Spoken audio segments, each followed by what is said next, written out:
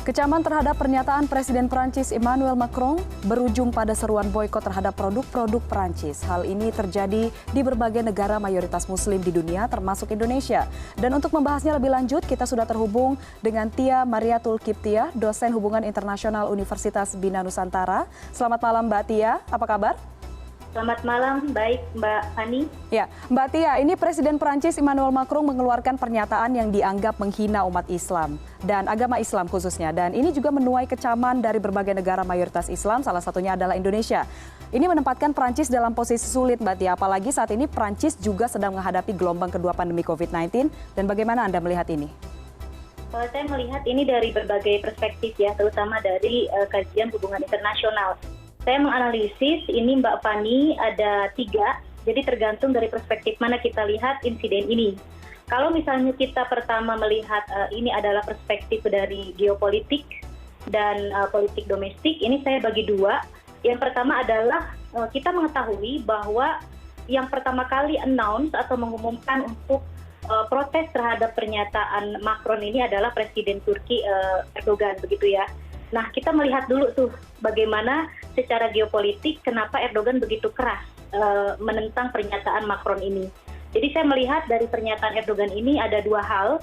Yang pertama berkaitan dengan geopolitik, yaitu posisi Turki yang di-warning akan diberikan sanksi oleh NATO terkait politik internasional Turki di Mediterania Timur, begitu ya. Terus yang kedua adalah politik domestik Erdogan sendiri dalam negeri yang mengalami serangan dari kelompok sekuler Turki. Jadi ada saja kebijakan Erdogan yang terkait dengan masalah-masalah yang bisa menaikkan rating dia. Misalnya Hagia Sophia, Erdogan juga mencoba mengeksplor case ini, begitu ya. Kemudian yang kedua adalah bagaimana membangkitkan kembali Islamophobia di Uni Eropa, begitu. Nah, itu adalah dari kita melihat perspektif dari geopolitik dan juga dari domestik politik Turki sendiri.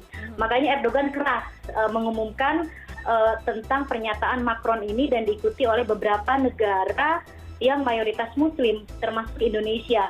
Tapi kalau saya melihat setelah Turki yang mengecam pernyataan Erdogan adalah negara-negara produsen oil, seperti Qatar misalnya, Saudi Arabia, kemudian diikuti Uni Emirat, gitu ya.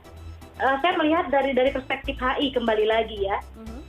Jadi itu yang pertama yang tadi saya maksud geopolitik tadi. Yang kedua adalah dari perspektif ini ada kaitannya dengan trade war. Kenapa tadi saya mention negara-negara produsen oil? Karena ini ada trade war antara US dengan China. Saya melihat ke arah sana. Mungkin Mbak Tia jauh sekali begitu ya melihatnya. Karena begini, kalau kita kembali ke Paris Agreement dan bagaimana Trump melakukan tweet terhadap Paris Agreement dan dia akan mundur dari Paris Agreement, ini tentu ada kaitannya begitu karena dalam Paris Agreement itu China itu merupakan investor tertinggi di Paris Agreement dan dia akan melakukan clean energy. Investasi di bidang clean energy ini tentu akan berpengaruh terhadap perekonomian Amerika Serikat dan juga aliansinya yang notabene para aliansi Amerika Serikat ini termasuk Saudi Arabia adalah produsen minyak tertinggi begitu ya di Timur Tengah misalnya. Nah, itu akan berpengaruh kalau energi itu kita China dan Paris pindahkan ke energi terbarukan untuk mengurangi polusi di dunia begitu. Dan Trump sempat mengecam dia akan keluar dari Paris Agreement tahun 2016 begitu. Dan saya melihat Macron tegas begitu, dia akan terus melanjutkan kerjasamanya dengan China dan bahkan Macron berkunjung ke sana begitu ya. Jadi ini ada kaitannya juga dengan trade war antara US dengan China begitu, di mana Macron mulai merapat ke arah China. Itu dari segi trade war antara China dan US. Dan yang terakhir saya melihat Macron ini kan dari sayap kiri begitu ya. Ada sebuah tekanan terhadap komunitas Muslim di Paris ketika masa pemerintahan Macron ini. Nah, ketika minoritas itu mendapat tekanan, maka di situ terjadi sensitif begitu ya. Terjadi sensitif artinya isu-isu yang mengarah untuk memicu kemarahan itu akan sering terjadi selama Macron tidak memperbaiki kondisi kebijakannya terhadap komunitas Muslim di sana begitu. Dan yang terjadi adalah pada masa kepemimpinan Macron ini beberapa kali saya melihat ada tindakan teror, dan rata-rata atau mayoritas mereka melakukannya dengan cara lone wolf gitu ya. Lone wolf artinya mereka bertindak teror itu sendirian, tidak melalui atau tidak ada organize dari pemimpin begitu ya. Jadi ketika ada isu yang memicu, langsung mereka akan bergerak sendiri. Baik itu dengan melakukan bom misalnya, ataupun dengan menusuk itu gitu. Nah itu saya melihatnya di situ Mbak Fani, ada 3. Jadi publik ini harus melihat dari 3 perspektif ini, inilah yang terjadi begitu.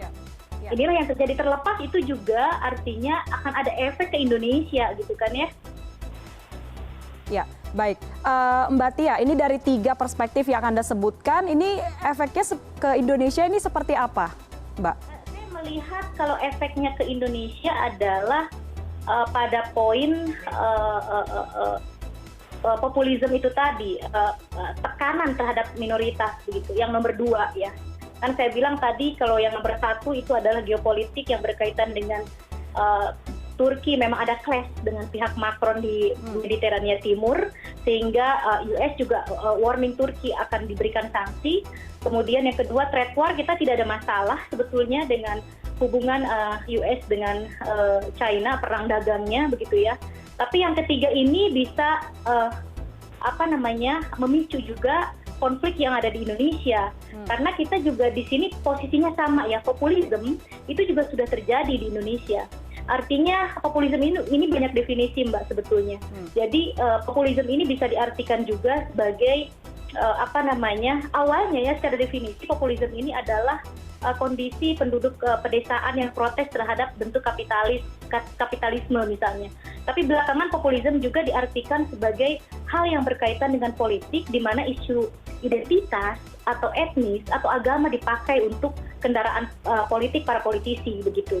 Nah ini di Indonesia kasus ini kalau misalnya terus digaungkan, ini akan memicu juga protes demonstrasi, dan juga efeknya juga akan ada antara Indonesia dengan Perancis gitu secara hubungan bilateral gitu.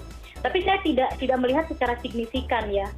Artinya ini hanya lebih menekankan kepada pihak Macron saja untuk bisa memperbaiki kebijakan dia terhadap komunitas Muslim di sana begitu. Ya.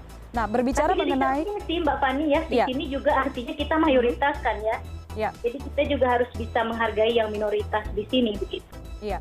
Nah, berbicara mengenai irisannya begitu, salah satu poin yang beririsan seperti yang Mbak Tia sebutkan adalah di Prancis, tekanan yang dihadapi atau yang didapatkan oleh komunitas Muslim di Prancis yang merupakan minoritas di sana, itu imbasnya juga ada di kita, maksudnya dampaknya juga sampai di kita, dan seruan boykot ini juga sampai di Indonesia juga. Nah, jika boykot ini dilakukan, seperti contoh Recep Tayyip Erdogan itu sudah mengeluarkan seruan begitu untuk memboykot produk-produk. Bahkan kita tahu adalah Turki ini merupakan salah satu mitra dagang utama Perancis dengan total volume perdagangan ini sekitar 16,6 miliar dolar Amerika Serikat per tahun. Nah, jika boykot seperti ini terjadi begitu dan kemudian meluas dilakukan oleh negara-negara dengan penduduk mayoritas Muslim lainnya, apa dampaknya terhadap Perancis dan khususnya di perekonomian seperti apa, Mbak? Ya, terutama di bidang otomotif. Ya. Turki dan Perancis itu sangat punya ikatan yang sangat erat karena Perancis ekspor dan hasil produksi mobil Renault Perancis itu cukup diminati di Turki. Bukan hanya di Turki, Mbak Fani, kalau kita ke Iran itu juga Iran hampir semuanya itu mayoritas masyarakatnya menggunakan produk otomotif dari Prancis begitu ya, daripada dari Amerika misalnya atau daripada dari Asia begitu. Mereka lebih memilih Prancis, dan Iran salah satu negara juga yang menggaungkan boykot begitu. Kemudian Qatar dan Uni Emirat juga sama-sama menggaungkan boykot. Tapi saya melihat Macron nampaknya lebih tenang ya, dia tidak akan melakukan hal yang sama. Dan saya pikir akan ada solusi. Jadi saya melihat ini tidak terlalu signifikan secara ekonomi, karena kita kalau melihat GDP antara Turki dan Perancis cukup jauh ya. Misalnya per tahun Turki hanya sekitar hampir 1 M, sementara Prancis mencapai 2,2 triliun begitu. Jadi saya melihat ini tidak terlalu signifikan untuk Prancis begitu. Karena ini persoalannya itu tadi 3 faktor tadi. Kalau misalnya Macron bisa menyelesaikan 3 hal tadi, saya pikir ini akan selesai dengan cepat begitu. Hanya saja kalau terus Macron, terutama yang poin nomor 2, menekan pihak imigran Muslim di sana yang memang mereka tahu begitu bahwa ada hal-hal sensitif yang tidak usah disentuh mestinya, tapi mereka melakukannya begitu. Nah ini kan artinya memang kayak seperti sudah direncanakan begitu ya, supaya emosi ini ada begitu. Nah kita tidak tahu nih, karena di HI tidak mengenal teori konspirasi, siapa yang memicu hal ini supaya terjadi begitu Mbak. Tapi kalau ke Indonesia, saya tidak yakin Indonesia berani melakukan boikot terhadap produk Prancis. Ya. Tidak akan. Baik.